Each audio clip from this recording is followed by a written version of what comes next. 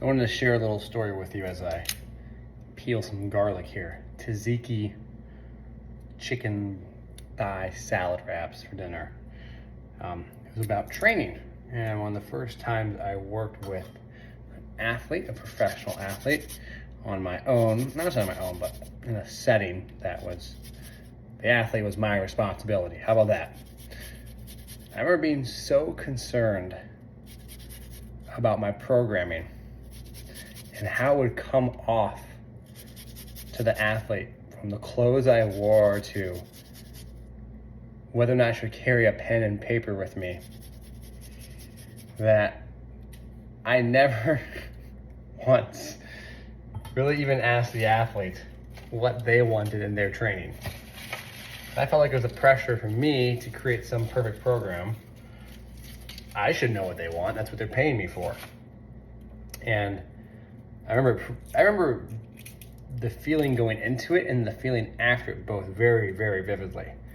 Going into it, I was nervous. I wanted to have certain appeal done a certain way. Now, there was some pressure to potentially retain this individual, but you wanted to come off in a certain way that you seemed knowledgeable.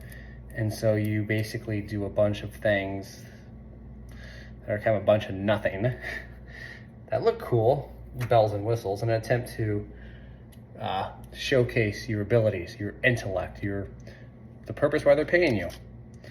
I remember how I felt afterwards. I felt so stupid. Just dropped the whole piece of garlic in there.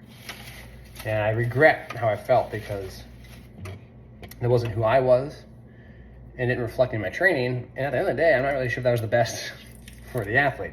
Funny enough, the athlete did not continue to train with myself.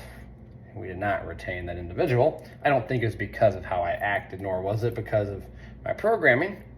But naturally, when something like that happens, you reflect on that portion. And my reflection was like, man, that is embarrassing. I embarrassed myself in that sense. So, I guess moral of the story is I was an athlete at one point in time. I didn't really care what my strength coach or person who trained me looked like or acted like. I wanted them to be good at their job. And I don't think you'd care if you go to a hotel and get a concierge and they might have a certain attire and etiquette, but they're gonna do the best they can to take care of you, or a tour guide or whatever individual, any service industry, their goal is to help you. And that should have been my goal. But it wasn't. Well, it was my goal, but it wasn't. Maybe my actions didn't reflect that, and it was kind of embarrassing. So, long story short, be yourself. Don't try and be an individual you're not, because that's not necessarily something that you can sustain, maintain, and even that beneficial for you and your clients. So think about that.